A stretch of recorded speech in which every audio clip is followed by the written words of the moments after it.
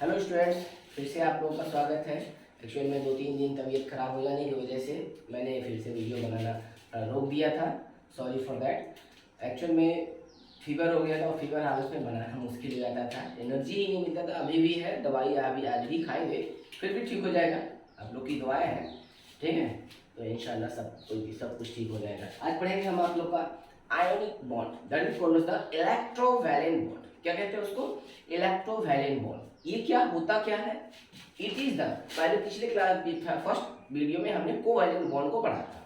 आज हम पढ़ने वाले ionic bond, that is called as the electrovalent bond. It may be defined as what? It may be defined as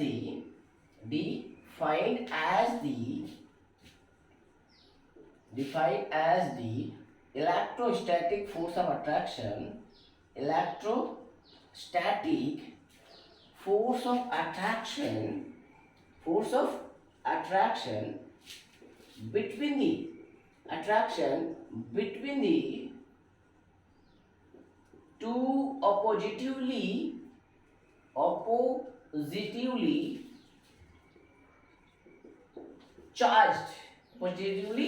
charged ions.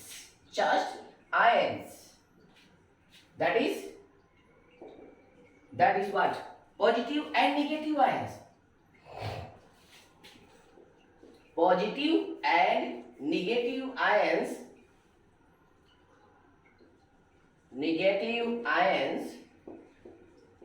is termed as ionic bond, और बोल सकते हैं that is electrovalent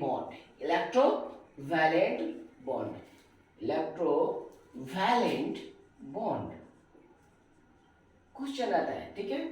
ionic bond, bond which is formed by the two oppositely charged ions, positive and negative ion. जैसे कि Na plus and Cl minus के बीच में जो बनता है बॉन्ड, तो हम उसे कहते हैं क्या? NaCl, that is ionic. इनके बीच में जो फोर्स लगेगा, जो इनके बीच में जो चार्ज डेवलप होगा, उसको बोलते हैं आयोनिक बॉन्ड। और force that is called ionic force of attraction. अब क्वेश्चन होता है, आयोनिक बॉन्ड तो सब बता दिए सब, that is the ionic bond, हमें समझ में आ गया। लेकिन क्वेश्चन होता है क्या क्या फैक्टर है जो कि आयोनिक बॉन्ड को इफेक्ट करता है। फैक्टर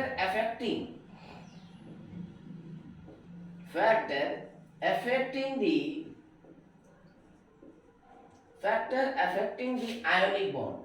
इसके मेन तीन फैक्टर हैं। First, ionisation enthalpy.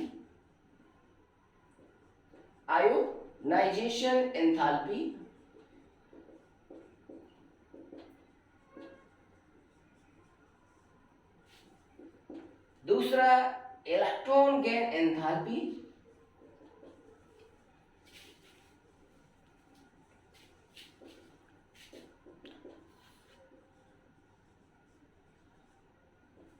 A third one is the lattice enthalpy।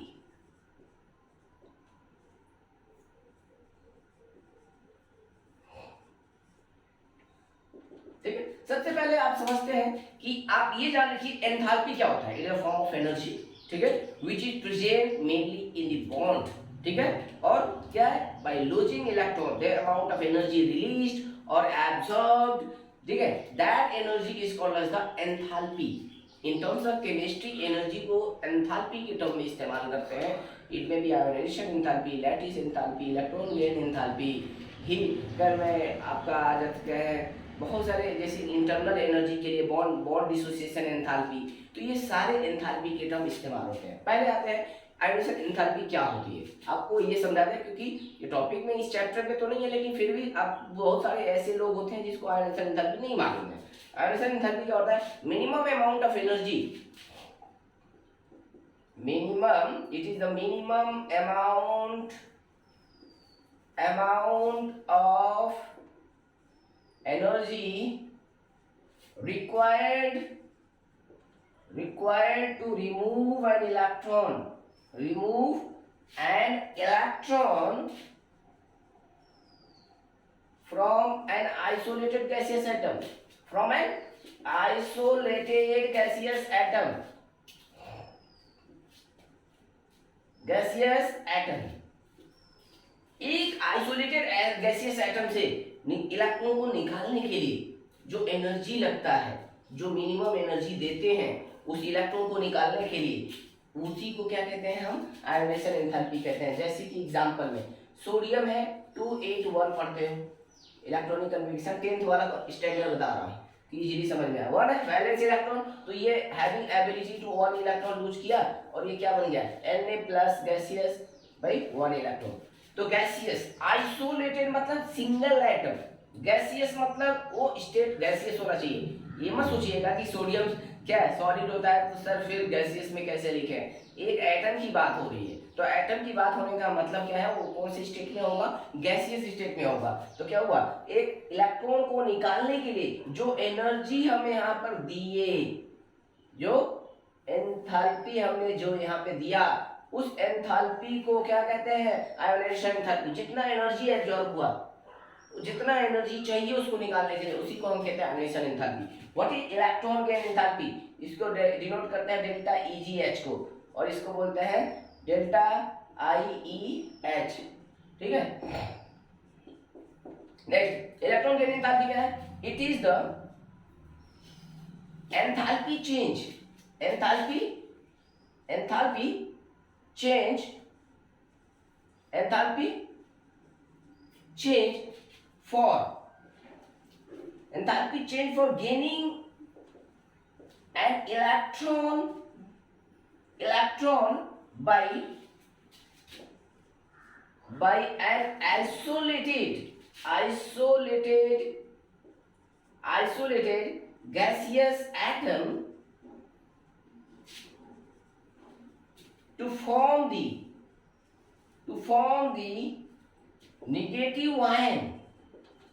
negative ion is called as what? Negative ion is called as the electron gain enthalpy। जैसे example के तौर पे देखिए chlorine 287, it will accept 1 electron because octet toll के लिए 8 की जरूरत होती है, तो that's why it will gain 1 electron। 7 electron है, कितना चाहिए इसको? 1। और ये गैसियस स्टेट में 1 इलेक्ट्रॉन गेन करेगा, और गेन करने पे ये Cl- हो जाएगा। क्या हो जाएगा? Cl- हो जाएगा, और Cl- हुआ, इलेक्ट्रॉन क्या हो गया? माइनस हुआ, मतलब एनर्जी रिलीज करता है।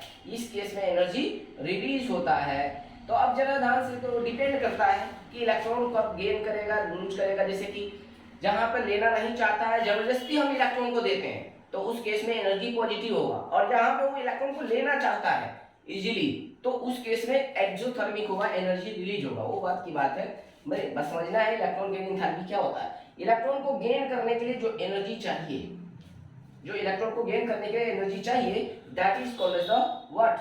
वो एनर्जी या तो रिलीज होगा या तो एब्जॉर्ब होगा, उसी को हम क्या कहते हैं? नेगेटिव आयन बनाने के लिए, that is electron gain enthalpy. What is the lattice enthalpy? Lattice enthalpy जो होता है, डेल्टा लैटिस इस्तेमाल करते हैं। What is lattice enthalpy? It is the amount of energy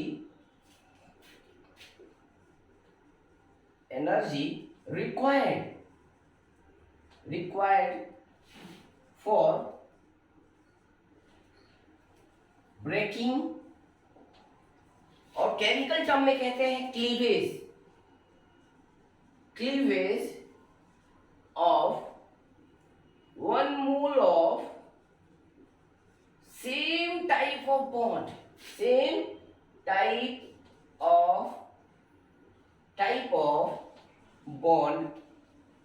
ध्यान में रखिएगा, ब्रेकिंग क्लीवेज। ठीक है, और क्या? जैसे हमने ब्रेकिंग और क्लीवेज के लिए जितना एनर्जी चाहिए, ठीक है, तोड़ने के लिए, या जितना अमाउंट ऑफ एनर्जी रिलीज होता है, और amount of energy release for क्या? Formation of compound, for formation of 1 mole of same type of bond is called as lattice enthalpy। मतलब मैं एक एग्जांपल देता हूं, आप समझ जाओगे। मतलब आपका देखिए, जैसे NaCl है, ठीक है, 1 mole of NaCl है, 1 mole of NaCl को ब्रेक करने के लिए जो अमाउंट ऑफ एनर्जी हमने दिया, अमाउंट ऑफ एनर्जी हमने दिया उसको तोड़ने के लिए, तो Na प्लस गैसियस और Cl माइनस गैसियस आयन में कन्वर्ट करने के लिए, तो उसको उसके आइसोलेटेड फॉर्म गैसियस आयन में कन्वर्ट करने के लिए जो एनर्जी दिए उसको हम क्या कहते हैं, लैटिस एंथैल्पी। क्या कहते हैं, लैटिस एंथैल्पी। तो ये तीन फैक्टर इफेक्ट करते हैं, अब कैसे इफेक्ट करते हैं उस बात को हम समझा देते हैं। ये तीनों बात आपको समझ में आ गया। इलेक्ट्रॉन को लूज करने के लिए जो एनर्जी चाहिए उसको आयोनाइजेशन एंथैल्पी मिनिमम, ठीक है। इलेक्ट्रॉन गेन के लिए जो इलेक्ट्रॉन एनर्जी चाहिए, चाहे वो लूज करे या गेन करे, तो उसको बोलते हैं इलेक्ट्रॉन गेन एंथैल्पी। और जहां पर दोनों आयन को मिलाने के लिए एनर्जी चाहिए, मतलब यहां पर तोड़ने के लिए चाहिए, मतलब Na plus Cl minus gaseous को बनाने मिलने से क्या बनेगा, NaCl का फॉर्मेशन होगा, NaCl का फॉर्मेशन होगा। और इसमें जो एनर्जी क्या होगा, आपका एनर्जी क्या होगा, यूटिलाइज्ड होगा, एनर्जी यूटिलाइज होगा। और जब एनर्जी जो यूटिलाइज होगा उसको हम क्या बोलेंगे, ठीक है, या एनर्जी जो रिलीज होगा, यूटिलाइज हो या रिलीज हो, तो उसको हम क्या कहते हैं, that is the lattice enthalpy. Two ion को जोड़ने के लिए जो एनर्जी चेंज होता है हम उसे क्या कहते हैं, that is lattice enthalpy. Either breaking करने के लिए हो या फॉर्मेशन करने के लिए हो, सेम एनर्जी होता है, इसीलिए उसका नाम क्या दिया गया है, lattice enthalpy. That is the for the formation of one mole of same kind of bond, same kind of bond, एक तरह के बॉन्ड को जोड़ने के लिए, तोड़ने के लिए, ठीक है, इनटू देयर आयन टर्म में अगर ऐड करना चाहते हैं तो ऐड इनटू देयर आयन बनाने के लिए, that is called lattice enthalpy, है ना। अब हम आते हैं, हो गया। तो अब आगे देखिए, नेक्स्ट आते हैं कि इसको फैक्टर कैसे इफेक्ट करता है आयनिक बॉन्ड में, आयन बॉन्ड में कैसे इफेक्ट करता है, उस चीजों को हम समझाते हैं आपको।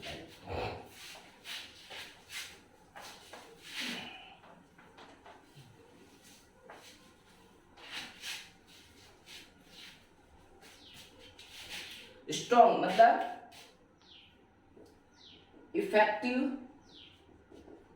इफेक्टिव आयनिक बॉन्ड होने के लिए पहला आयोनाइजेशन एंथैल्पी मिनिमम होना चाहिए, मिनिमम आयोनाइजेशन एंथैल्पी, आई मतलब ionisation enthalpy, then the stronger will be the ionic bond। इसका मतलब इलेक्ट्रोस्टैटिक फोर्स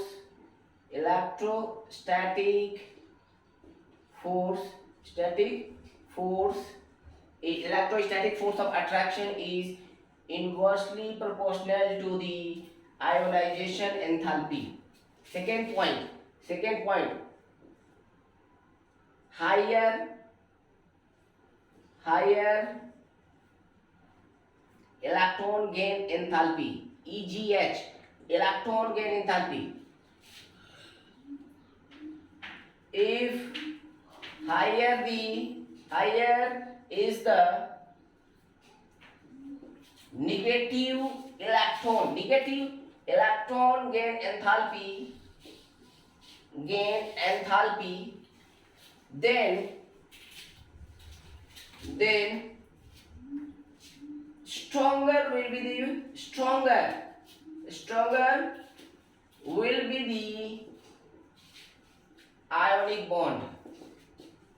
मतलब इसको हम आसान भाषा में फिर से कैसे लिख सकते हैं, जैसे ये लिखा है, मतलब आयोनाइजेशन एंथैल्पी जितना कम होगा उतना स्ट्रॉन्गर फोर्स होगा इलेक्ट्रोस्टैटिक, जितना ये electron gain enthalpy negative value ज्यादा होगा उतना ही वो बॉन्ड क्या होगा, स्ट्रॉन्गर होगा।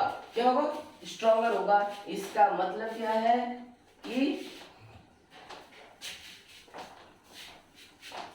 इसका मतलब यह है कि आयोनिक बॉन्ड और electrostatic force, ionic bond is directly proportional to the negative electron gain enthalpy. Next third number, higher maximum, ठीक है, higher lattice enthalpy,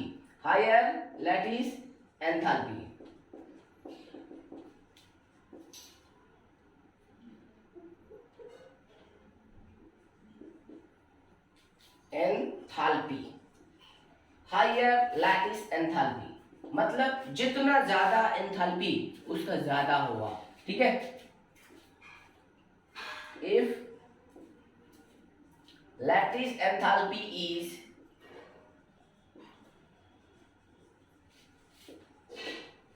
is higher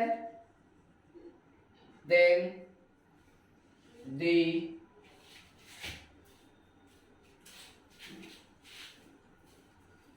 stronger will be the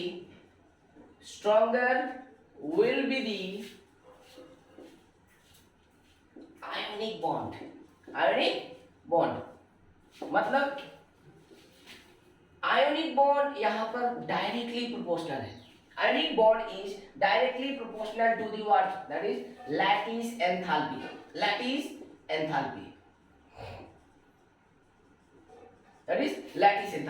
तो लैटिस एंथैल्पी का directly proportional है ionic bond.